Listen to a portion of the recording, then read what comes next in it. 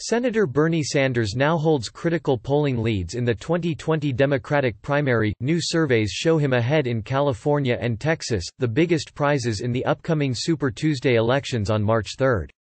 A new University of Texas, Texas Tribune poll shows a Sanders surge, with the Vermont senator increasing his support by 12 points since last fall, up to 24% and ahead of former Vice President Joe Biden at 22%. Senator Elizabeth Warren of Massachusetts is in third place at 15% in the poll, which was taken January 31 to February 9 and has a margin of error of 4%. Former New York City Mayor Michael Bloomberg gets 10%.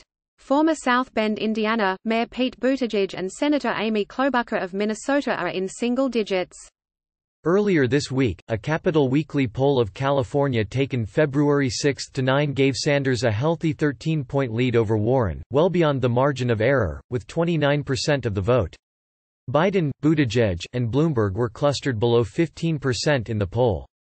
There are still two contests, in Nevada and South Carolina, before Super Tuesday, and that could affect voters' decisions on the biggest day of primary contests.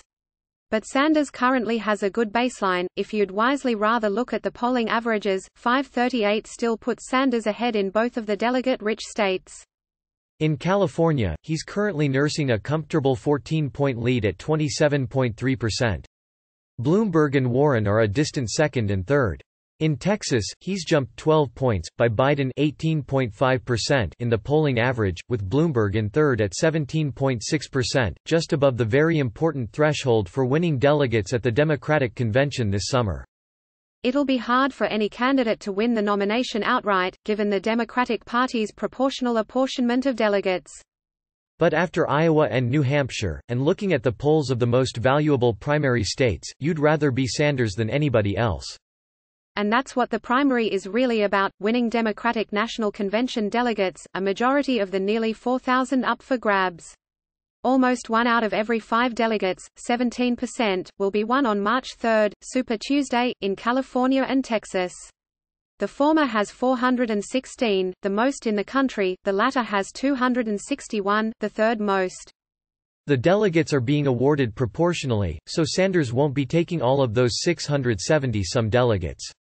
Biden, Warren, Buttigieg, and Bloomberg are all above or near the 15% threshold to win delegates in some states.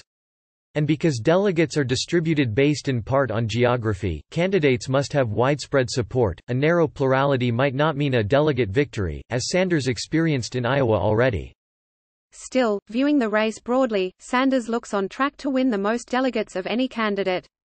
But can he win a majority, or will Democrats be heading to an open convention in July? The 538 forecast currently gives Sanders a 37% chance of winning a delegate majority, given his strong showing in Iowa and New Hampshire and his good national and upcoming state polls. But it actually gives no one the same chance. Biden is next, at 12%. Bloomberg has crept up to 8%, Buttigieg sits back at just 4%. Given the unsettled state of the primary after 2 contests, Super Tuesday is taking on all the more importance. About a third of the pledged convention delegates, coming from 14 states plus a few territories, will be won. It could be a big day for Sanders, if the polling matches the turnout.